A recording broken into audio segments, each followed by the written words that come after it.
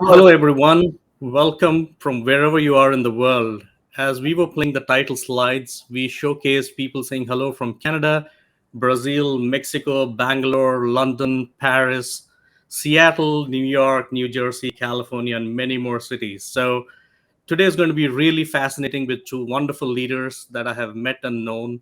But today we're here to discuss what we call as Work Without Jobs, the next book from Ravin Jesuthasan. So, Ravin, I would like to do a quick introduction to you and Greg, and then we get underway. Ravin, as all of you know, is a futurist. He's a thought leader on future of work. He's part of the CHRO Council at World Economic Forum. He speaks every year at Davos and Dalian. He has a body of work, including a previous book called Reinventing Jobs, which we will touch upon as we begin the show. He is the senior partner at Mercer and a global transformation leader. Ravin, thank you for joining us today for the discussion. And we are very keen to get into your next book, Work Without Jobs. Thank you for joining us. Thank you, Hari. It's lovely to be here. And the absolutely smart looking spiffy gentleman on the right that you see on your screen is Greg Till. Greg, as you know, is the chief of human resources for the Providence Health System. Now, before I even introduce Greg, what I want to say is that to everybody, Greg, in your organization who has been on the forefront of fighting, saving lives, and helping people in this pandemic time, we are very grateful to you and your colleagues and every single person in the Providence Health System for the incredible work that you do. Thank you for that. And Greg is an accomplished industry leader. He and his team manage and transition Providence Health into a future of work context across almost 20,000 member workforce that comprises of specialists, doctors, clinicians, and administrative staff and operations. So, Greg, thank you for joining us today. Would love to hear your insights as we go forward on this conversation. My pleasure. Thank you so much for the invitation. Look forward to the conversation. Thank you. So, with that, what I'm going to start off, Ravin, with you is my first starting point is I know we've discussed in the past about reinventing jobs. A couple of years, I think just as the pandemic started, you and I were on a podcast discussing some of the transition. So, I want to understand from you from the last time you did research and the book that you wrote to today when you're putting out new research, what has changed in this journey? Yep.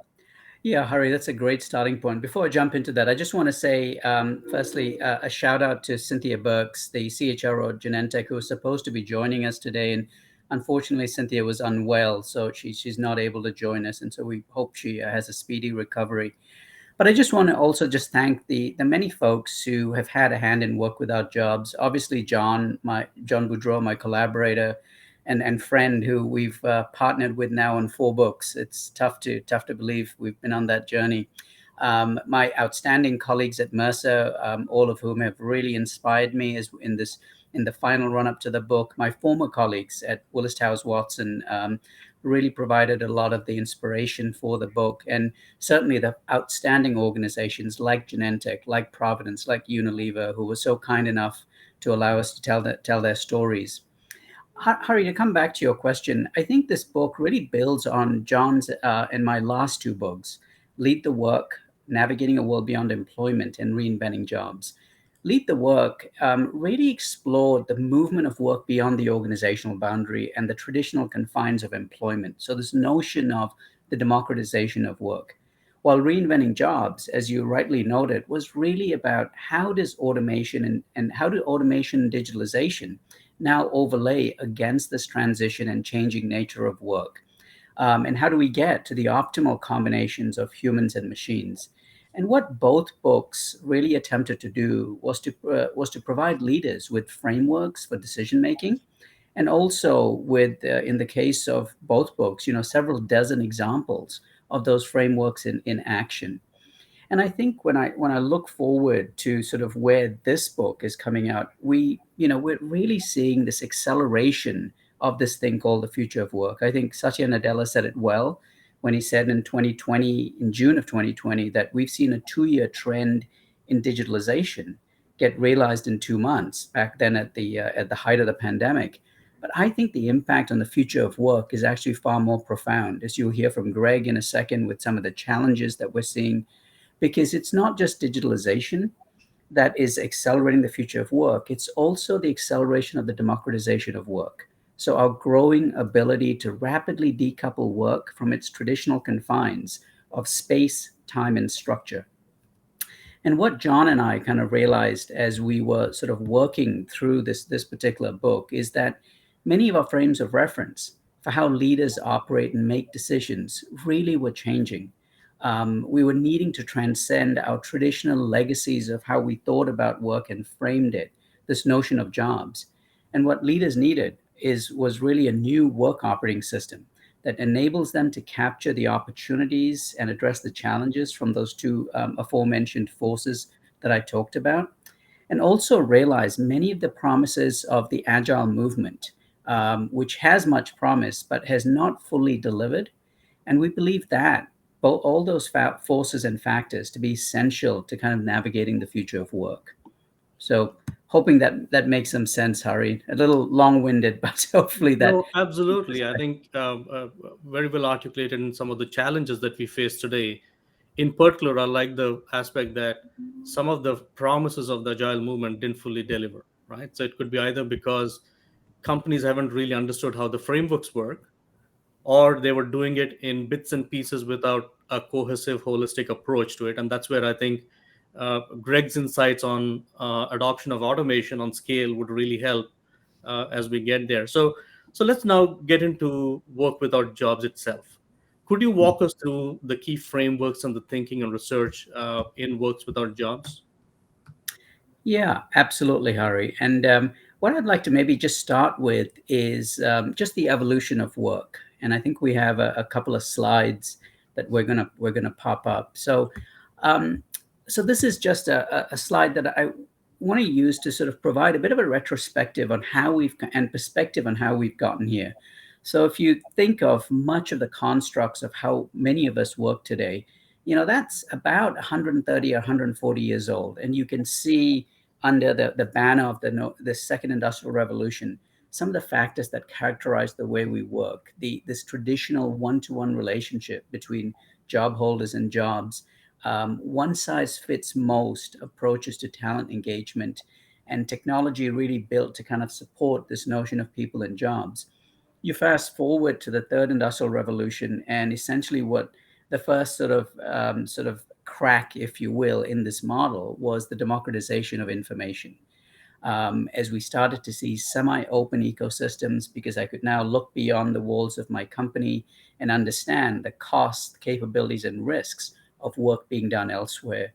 We started to see this notion, this thing called the organization, shift from merely being the place that people came to do work between 9 to 5 to also becoming the place that was the nexus for contracts as we lifted and shifted jobs. Again, jobs still being the currency of work. You fast forward to the fourth industrial revolution, which in many respects is where we sit today. And we now overlay against the democratization of information, the democratization of work. Given the proliferation of new technologies, the notion of companies as platforms and open ecosystems, and there's the expanding notion of jobs and gigs. And then the next click, if you will, is where we continue on that journey towards a much more human enterprise as we move away from traditionally thinking of humans as plugging into an overarching machinery and process, if you will, to increasingly an environment where skills are truly the currency of work, and where we start to move to that many to many relationships between work and skills. Hari, we touched on a second ago the notion of agile and agile operating systems, where instead of talent being bound up in jobs, what you have is increasingly on the basis of the many to many relationship, talent flowing to work as seamlessly as possible. That's one of the reasons why, as many of us on this call know, the internal marketplaces have become such a hot issue for so many organizations, because they really start to liberate talent from those traditional confines and increase the productivity of the enterprise. We start to see, Hari, something you and I have talked about a lot.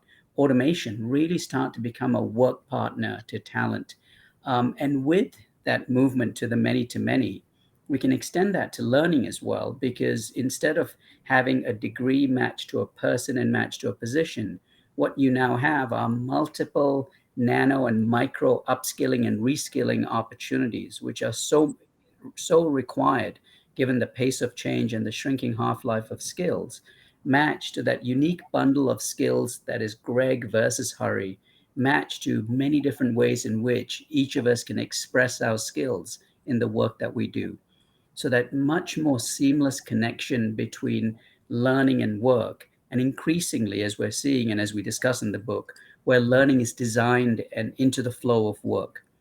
And all of that sort of driving to that much more human-centric work experience, and enabled with distributed autonomous organizations and crypto increasingly, as we look at how work evolves into Web 3.0.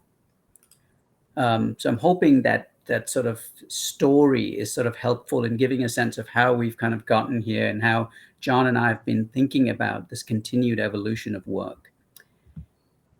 And I think if we, on this next slide, we start to lay out some of the principles of the new work operating system that I've sort of alluded to, which are really focused on driving a much higher degree of organizational agility, so that we've got organizations that can rapidly respond to, goodness, we all know, right, how quickly we've had to respond to the changing nature of everything for the last 2 years.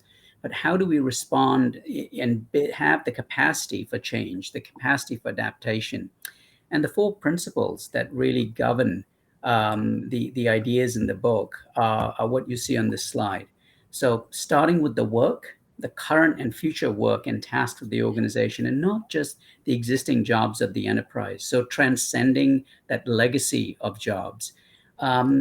Setting out to achieve the optimal combinations of humans and automation. And this was really something that we explored in Reinventing Jobs.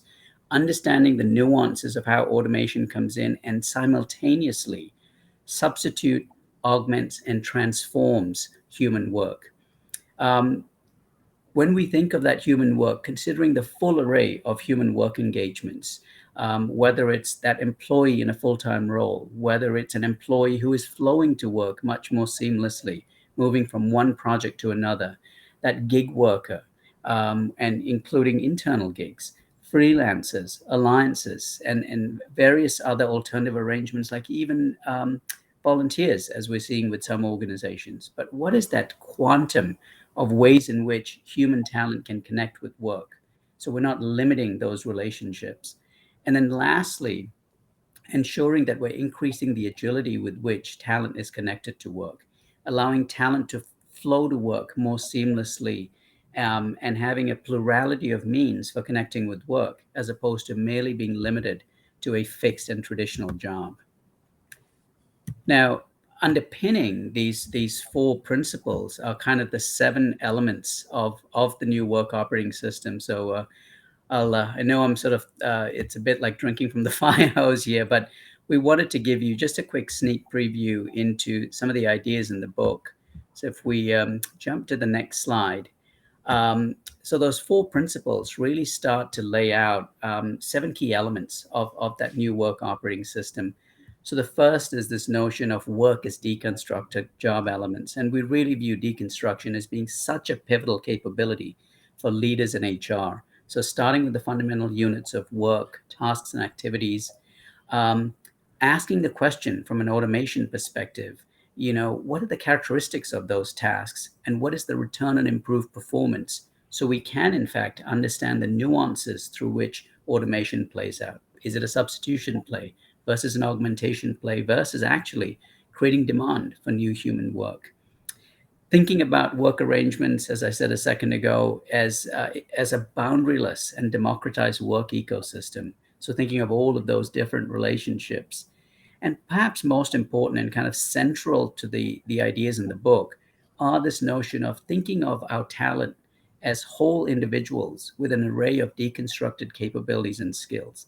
I think this is really at the heart of moving to a much more human enterprise, when we transcend that one-to-one relationship between a degree, a person, and a position, to the many between skills and work. The equally important, I think, is the capacity for perpetual reinvention within organizations. It's in so much of how work has evolved, it's been very much a kind of a one and done. And having the capacity to perpetually reinvent task and project level combinations is increasingly so essential as we build the adaptive enterprise. Um, the fifth dimension starts to get into what does this now mean for leadership and management. And a shout out to John Boudreau and Jonathan Donner, who wrote a great piece in the Sloan Management Review about what it means to actually lead in a world in a world without jobs, what it means when teams are simultaneously forming and disbanding, where algorithms are really at the heart of supervision and coordination. And then the last dimension is where we explore, beyond the organization, what does this now mean for social values and policies, both at the country level as well as at a more macro level, and the changing social compact between labor and organizations and society at large, and what that means for this alignment for providing worker sustainability, worker voice, equity, and inclusion. My colleagues at Mercer are just wrapping up a really interesting project that I'd encourage you all to look at with the World Economic Forum, where we are working together to come up with some new standards for work as to what inclusive and equitable work looks like.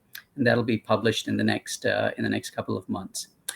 So Hari, I know that was a lot, but hopefully a quick and decent flyby of some of the ideas in Work Without Jobs. No, that was fascinating, Robin, and I think there's so much that is there in both the frameworks, whether it's the four steps or the follow through on how do we decode it for application. I think the book itself is a fascinating framework for companies to really imagine and how to do that. And we do have actually John Bordeaux in the audience, and he's been kind enough to put the link to the Sloan article that you mentioned. So, hey, John, shout out to you. You're brilliant. By the way, to the audience, John is the co-author with Ravin on this book. So, John, appreciate you being in the audience. So, thank you very much. Uh, so, let me now take one of those aspects that you mentioned, which is what we call as the talent crunch leading to a set of new skills, adoption of automation, reimagining jobs. And I think the best way you articulated, Ravin, it's no longer a 1:1 equation, right? Qualifications is not a job, it's not one person as a whole. And as we deconstruct the job, then you begin to see a new operating system of talent and workplace.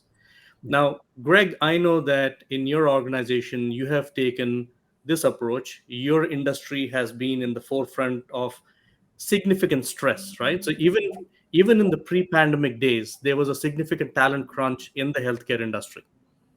And with the stresses of pandemic, I think it's really become accentuated. So our question to you, Greg, is how did you approach it with your team? What was your strategy play when you have such stress on talent and people and workplace? And how did you go about solving that issue for Providence? Well, first, let me thank you again for allowing me to be here. I feel like it's rarefied air when you can get Ravin and John and you in the same room, and I'm just delighted to be able to share a piece of our story. I wouldn't say it's solved yet. We're in the middle of two different crises, obviously continuing to be in the middle of the pandemic, but also a massive workforce crisis that, to your point, has been plaguing healthcare for a lot of years. And all the pandemic has done is exacerbate and accelerate some of those challenges. I mean, just to give your listeners a little bit of a sense for what healthcare is going through, prior to the pandemic, a third of nurses leave the workforce within the first year of their employment. A third of nurses leave the workforce in the first year of their employment. Hospital unemployment's been about 1.5% for the past 5 years. Burnout's been a major issue for a long time.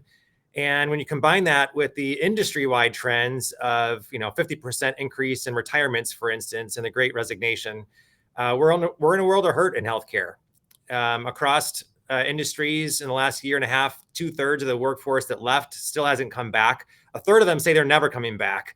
I mentioned 50% increase in retirements, and certainly healthcare is suffering from that.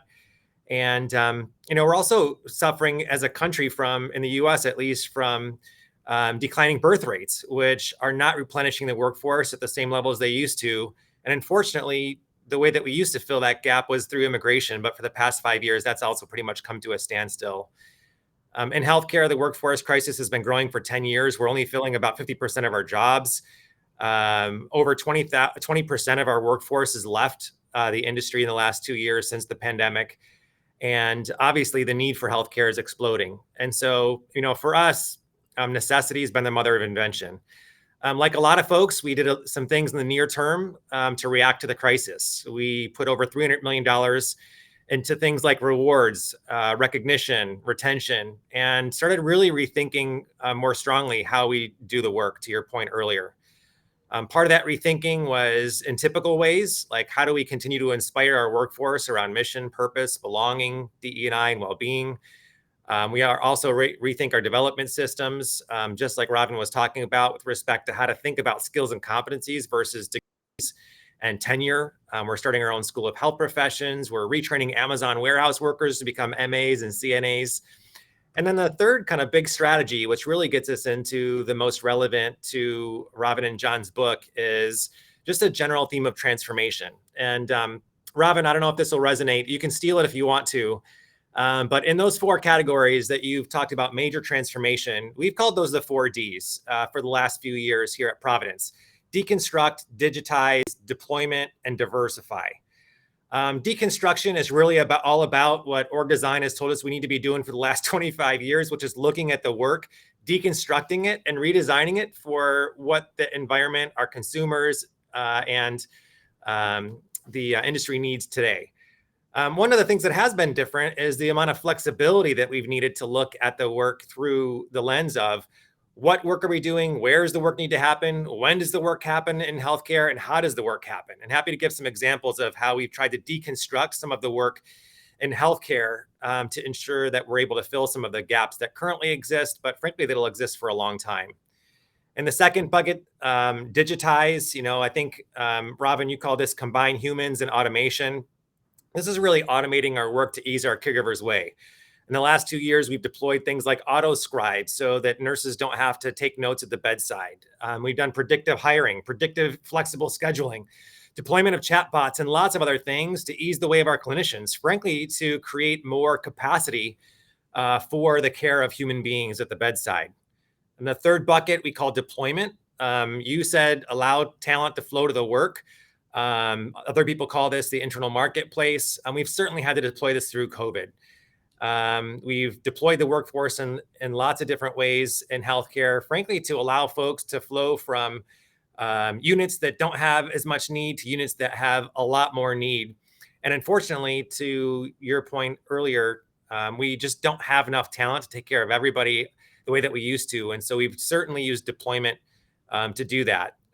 Early on in the pandemic, we did a skills inventory and a capability inventory of everybody, all 120,000 caregivers that worked at Providence. And, in some ways, frankly, we had to redeploy talent in ways that probably for the long term, we wouldn't want to do, like taking our executive level administrators and making them be hospital greeters because we just didn't have enough. And so, in the future state, obviously we want to take the capabilities of folks like MAs or CNAs or LVNs and help them to do some of the work that a typical nurse, a doctor, and an anesthetist does today. But through the pandemic, based on the low capacity for clinicians, we actually took the administrators utilizing that capability assessment, and we're able to take job elements off of our clinicians' plates so that they could spend more time doing the clinical work that they were doing. And so we've talked a little bit about the first three Ds: deconstruction, digitized, and deployment. The last one is diversification. And this is really about the new work arrangements that Ravin talked about in the past. Healthcare has always used agencies, travel nurses, gig workers, contractors to fill in some of the talent capacity gaps that we've had in the past. The market for that's doubled through the pandemic. We've brought in lots of retirees and gig workers with more flexible schedules.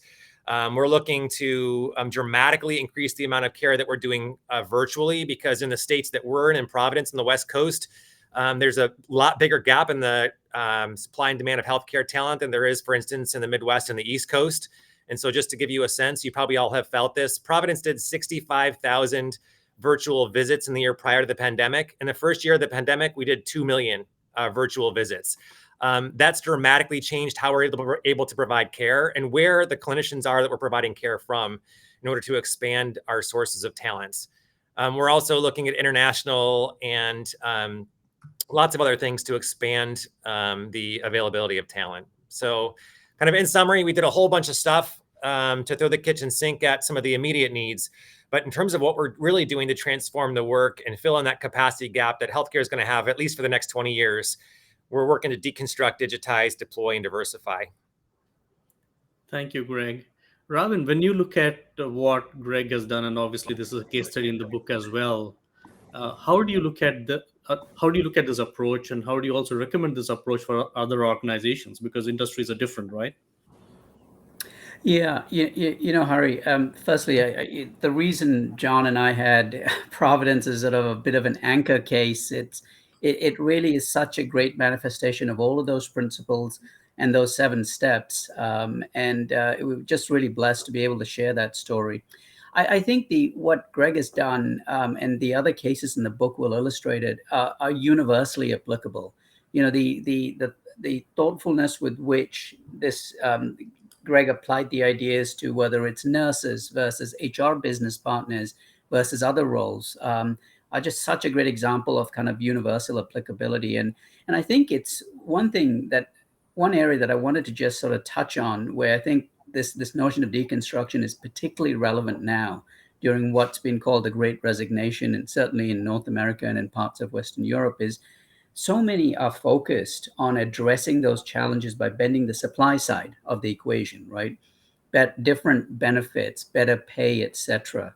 But that alone, I think, is not the whole answer, right? Because the organizations who are doing it well, like a Providence, are also bending the demand side of the equation. And what I mean by that is, there's a great example in the book of the work that Providence has done around this notion of nurses flowing to the top of their license. And Greg, you alluded to this a second ago, where, as you think of these scarce talent pools, how do you get the most out of the scarce talent you have? Well, job redesign and deconstruction is essential to bending the demand side of the curve, because you take the scarce talent and focus them on the things that are of the greatest value, aligned to their skills, while continuously pushing work that can be sort of delegated down to either automation, down to a lower level role, potentially a shared services construct, potentially even gig workers. And so it becomes a way of really stretching that scarce pool of talent through deconstruction. And I think that was just a great example of, we obviously didn't know about the Great Resignation, Greg, when we were sort of writing the book and the case study, but it's so sort of appropriate and so relevant given what we're going through today. Yeah, and the best thing for our clinicians, if I could add on to that, is it really gets them doing more of the work that they were called to do. That 35% of time the nurse spends entering data into an EMR or dealing with a difficult issue on the front end, those are things that are demotivating. And so for us, the deconstruction and reconstruction of work is allowing us to take administrative work off of our clinicians' plates, getting them closer to their calling, engaging them in a different way, while increasing capacity so that we can take care of as many community members as possible. And so that's really kind of what I call like the holy grail approach of really thinking about it differently. We know that there's going to be a massive talent gap, but we can improve cost, quality, the customer experience, and our caregivers and employees' engagement at the same time.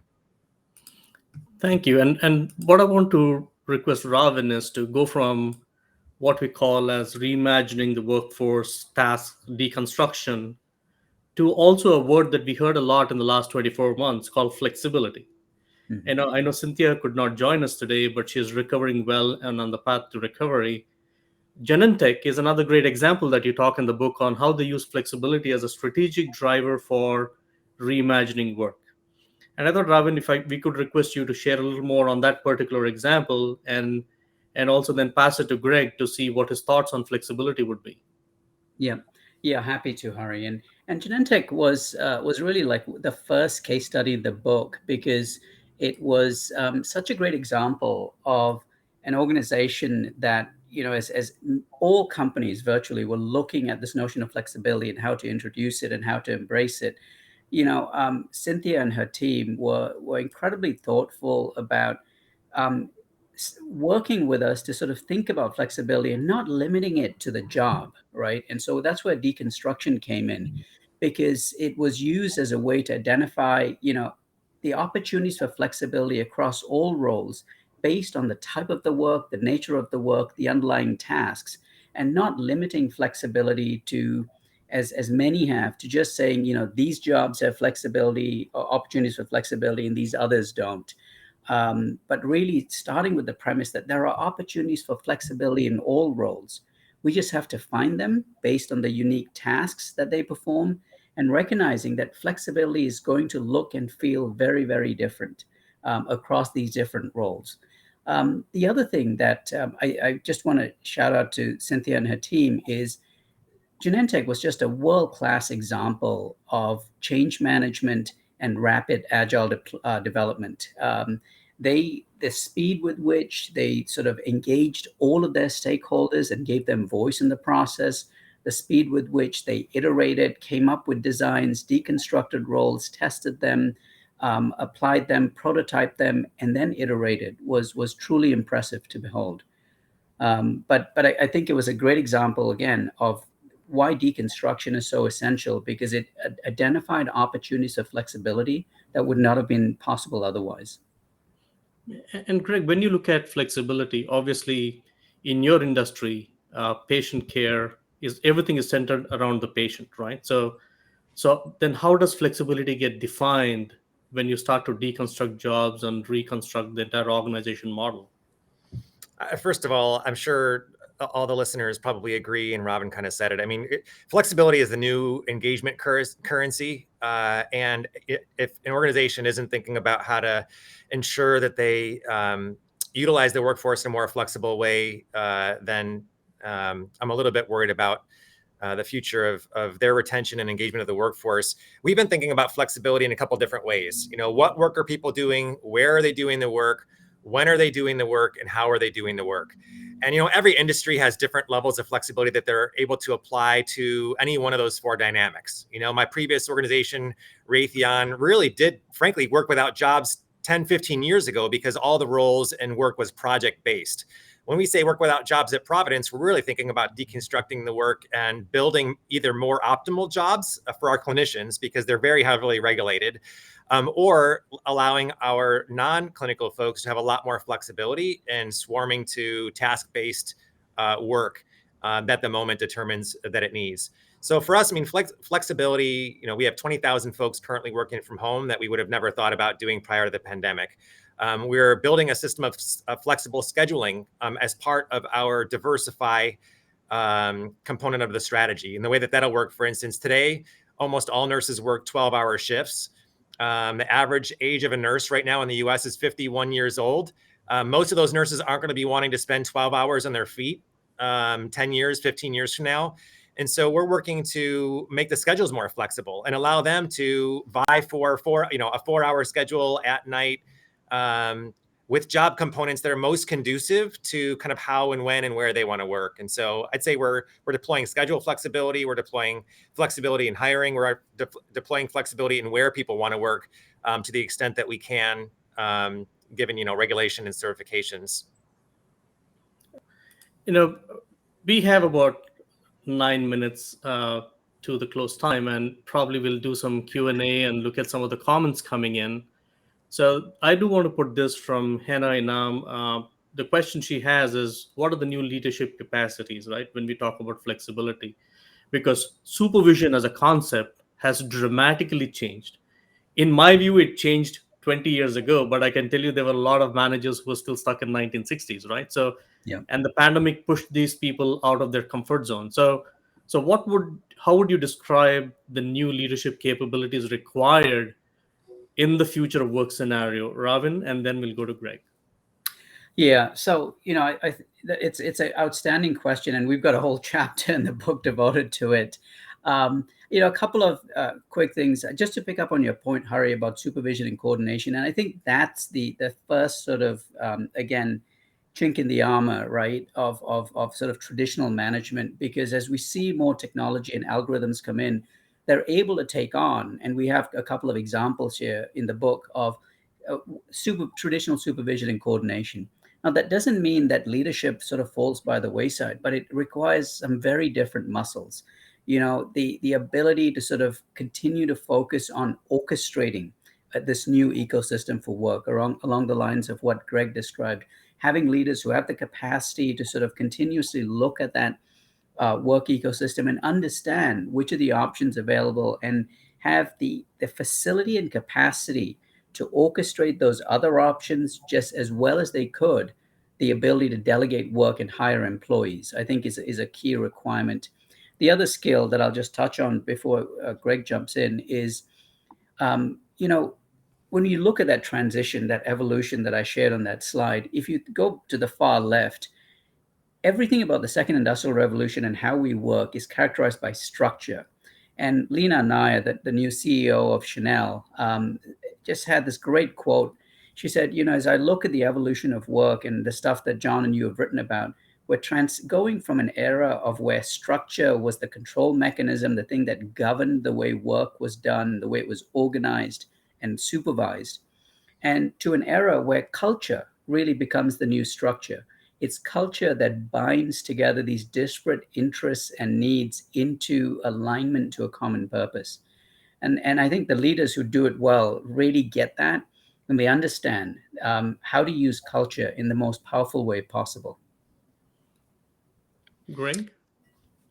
I'm really looking forward to reading that chapter in the book that talks about the new leadership competencies. I think a lot of the leadership competencies are the same, with some additional emphasis on things like the ability to lead virtual teams, on people leadership at the individual level to build the culture that you want, but do mass customization so every individual feels like they're at the center of the view, your view.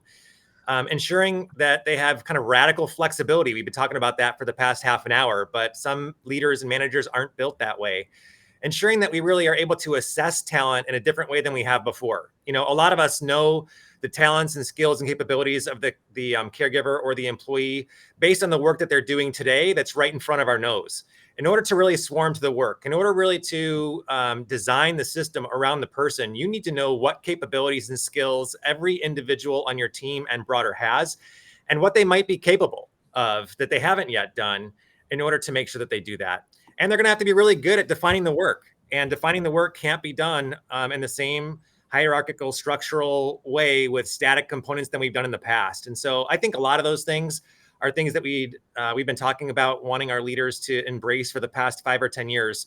But certainly, I think we're going to have to accelerate the path and, frankly, do a better job of ensuring that the leaders that we select have some of those characteristics as well. Yeah, and it's very interesting, Greg, as I listen to you, your component of how you're taking out repetitive tasks that demotivate people or burn people out in the jobs. Many years ago, when I was the HR chief for a startup in India for retail, we came up with something called Darwin's theory of talent. Essentially, what it means is that talent will always gravitate towards the next set of skills for opportunity, right? And that applies internally within companies too. If companies are able to graduate people to a higher set of skills, then you have a better chance at talent retention. There's a higher worth of jobs. There's a better centricity towards either the patient or the customer. But then I want to put out a comment on the screen from, let me bring that up. There was a question around how does this impact the HR function itself, right? What have been the changes that we need to talk about the HR function, capability, governance? Because there was also another comment when I mentioned about managers being stuck in the past.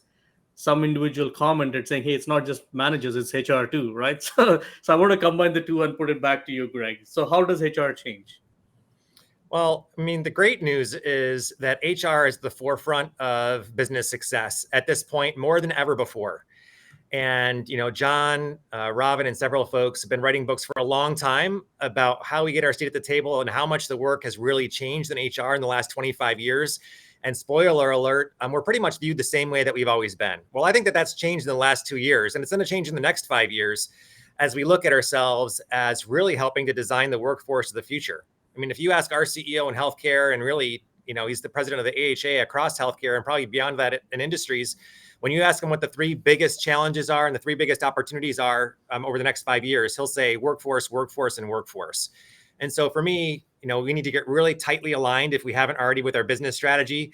We need to help the organizations think through the flexibility that we need in order to deal with these massive capacity gaps and consumer expectation changes. And frankly, help be the driving force of business success and value creation. And, that's a little bit daunting, but it's incredibly exciting, I think, to be an HR professional at this time. There's no better time to really be able to quantifiably and visibly add value to the organization that you belong to, regardless of your industry, than right now when workforce is at the front and center of every business challenge and opportunity. Thank you, Greg. So, just as a closing comment from Ravin, just tell us in terms of when we talk about leaders, right? So, I think you and I've had the conversation that future work is really not a human resources only conversation. Every single manager, leader across the organization needs to know how this operates because that is their best chance at building world class talent within the company.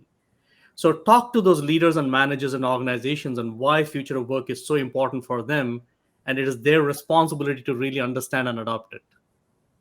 Yeah, Harry, in the last, that's probably like a 2 hour sort of monologue, but in the 2 minutes we have remaining, I would say as John and I lay out in the book, our legacy of how we've worked, this notion of work and jobs, traditional operating systems is no longer fit for purpose.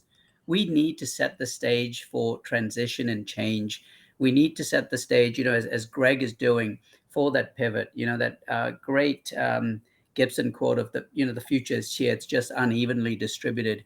We see the markers of organizations like Providence, like Genentech, like Unilever, just to name a few, where leaders are driving truly transformational change. And it's not just the COO, it's the COO in partnership with the CHRO, in partnership with finance and IT and marketing.